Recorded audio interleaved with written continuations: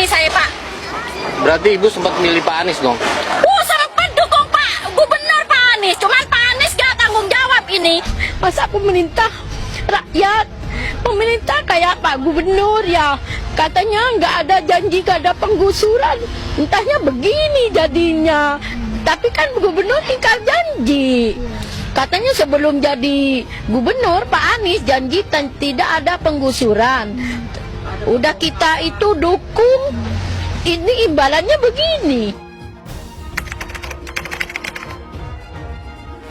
Dan saya tidak ingin menjadi bagian dari daftar orang yang mengkhianati promotornya. Saya tidak ingin menjadi orang yang menjegal promotornya. Pak Prabowo hari ini adalah calon presiden dari Partai Gerindra. Saya tidak mau menjadi orang yang dibawa untuk berhadapan dengan Pak Prabowo dan menghentikan Pak Prabowo. Saya tidak mau.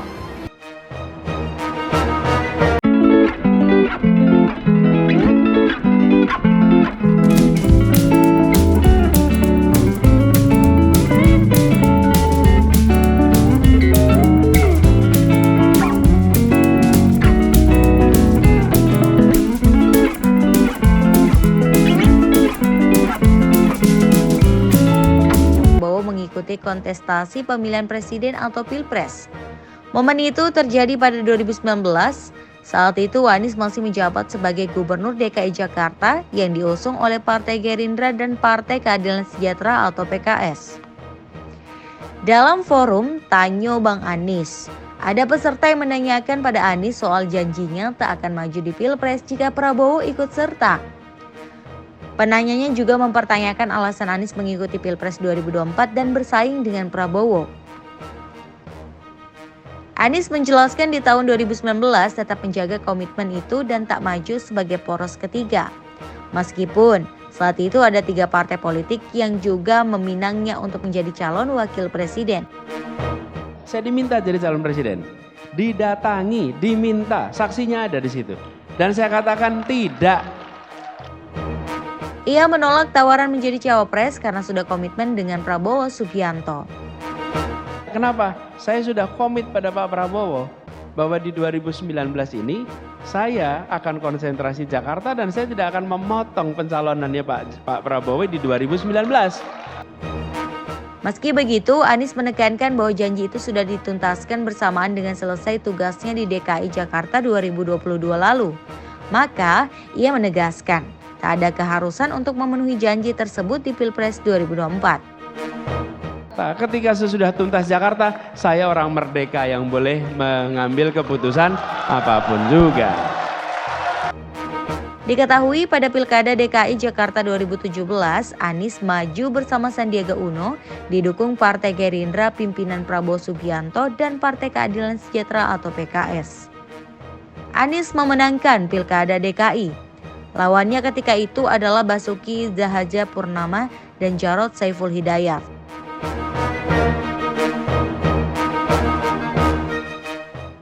Bahwa cukup tertekan juga sang capres ini karena menggugat seseorang yang hidupnya itu sangat banyak dalam posisi oposisi, bahkan kemudian dalam situasi itu pun dia membentuk dan mengorbitkan banyak tokoh-tokoh dalam situasi beroposisi itu, termasuk saya kira Gubernur Jakarta yang lalu Bung Anies Baswedan itu diorbitkan. Saya tahu betul prosesnya karena sebenarnya di koalisi waktu itu yang sudah bersiap-siap untuk dicalonkan oleh Pak Prabowo dan koalisinya adalah Profesor Yusril Iza Mahendra yang waktu itu surveinya sangat tinggi melawan Ahok. Tapi kemudian Bung Anies masuk belakangan atas rekomendasi dari Pak JK waktu itu yang menelpon dari luar negeri. Mas Anies, saya harus tanya, apakah Anda menolak ini karena tawarannya cawapres? Tapi kalau tawaran capres mungkin saja akan berbeda? Tidak pernah ada tawaran capres. Tidak pernah ada tawaran capres dari Pak Prabowo? Ya. Tapi dari pihak-pihak lain ada beberapa tawaran capres ke Anda, Mas Anies? Betul. Dan pada semua saya katakan, Saya tidak ingin menjadi bagian dari orang-orang yang mengkhianati Pak Prabowo. Saya sampaikan pada Anda. Kita akan melakukan yang disebut dengan urban renewal, peremajaan kota, penataan ulang, bukan dikosongkan, apalagi dikosongkan tanpa mempertimbangkan satu prosedur, rasa keadilan, dan memperhatikan mereka sebagai sesama warga Jakarta. Tahun 88 sini saya, Pak. Berarti ibu sempat milih Pak Anies dong?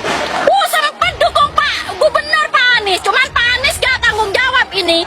Masa pemerintah rakyat pemerintah kayak Pak Gubernur ya, katanya nggak ada janji, nggak ada penggusuran, entahnya begini jadinya. Tapi kan Gubernur tinggal janji, katanya sebelum jadi Gubernur Pak Anies janji tidak ada penggusuran.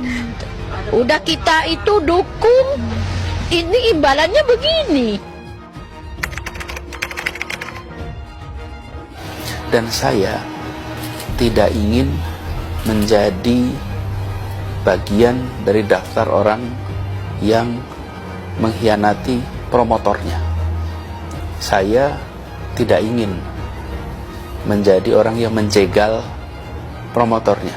Pak Prabowo hari ini adalah calon presiden dari Partai Gerindra. Saya tidak mau menjadi orang yang dibawa untuk berhadapan dengan Pak Prabowo dan menghentikan Pak Prabowo. Saya tidak mau. Dan saya katakan itu kepada siapapun yang datang kepada saya untuk berbicara tentang calon presiden.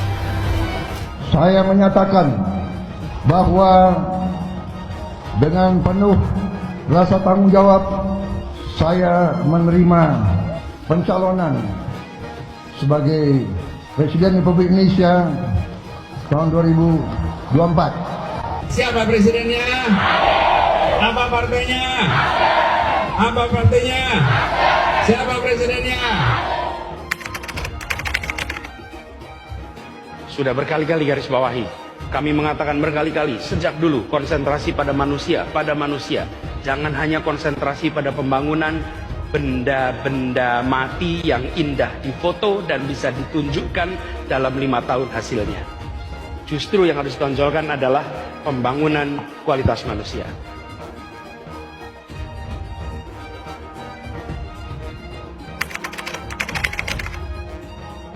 Air itu turun dari langit ke bumi, bukan ke laut. Harusnya dimasukkan ke dalam bumi, masukkan tanah. Di seluruh dunia air jatuh itu dimasukkan ke tanah, bukan dialirkan pakai gorong-gorong raksasa ke laut. Pompa-pompa statusnya siaga, begitu juga di Bina Marga, pompa-pompa bawah yang biasanya disebut underpass itu dalam posisi on. Pompa kita di Jakarta ini ada lebih dari 450, semuanya posisi siap, lebih dari 200 ada di muara, dan semuanya juga posisi siap. Nanti ketika air sampai di muara maka siap untuk dipompa ke laut. Jakarta telah mengambil keputusan yang fatal. Nanti ketika air sampai di muara maka siap untuk dipompa ke laut. Gubernur Anies beralasan, dengan sistem ini, warga akan langsung mengetahui informasi banjir tanpa melalui jenjang.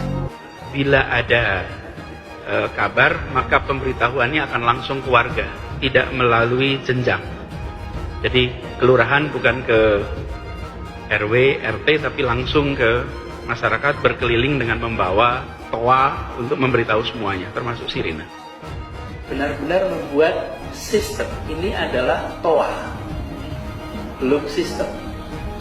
Saya cek ini, kenapa kita pakai ini coba? Dan adanya cuma di berapa ini? 14 kelurahan. Pertanyaan sederhana, kenapa di Jepang pakai begini ya? Kalau banjir kira-kira antara peringatan dan kejadian berapa menit? Lama lah, kenapa pakai alat begini? Ini dipakai karena tsunami. Kalau kita punya musuh perang, nah ini perlu nih.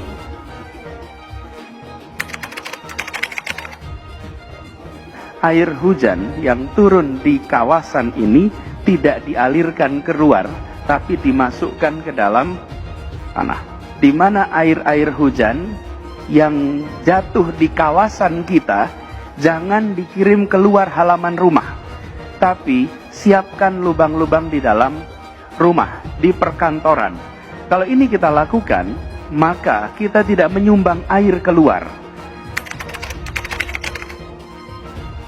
Nah ini guys, itu kita lihat tuh sumber resapan di situ tuh malah membuat jalan jadi rusak guys. Pada saat itu juga dikatakan kondisi di sini minim penerangan dan juga hujan. Pada saat itu pengendara sepeda motor menghindari sumur resapan seperti yang terlihat di layar kaca. Memang di jalanan terdapat beberapa sumur resapan, dan ketika menghindari sumur resapan dan pengendara sepeda motor ini jatuh dan masuk ke seberang jalan. Saya mohon kepada pemerintahan yang sekarang untuk mengevaluasi kembali sumur resapan yang selalu membahayakan pengendara. Ini bukan yang kejadian yang pertama kali, udah sering sekali sumur resapan ini menghambat kendaraan-kendaraan pada jeblos. Lihatlah kejadiannya sekarang.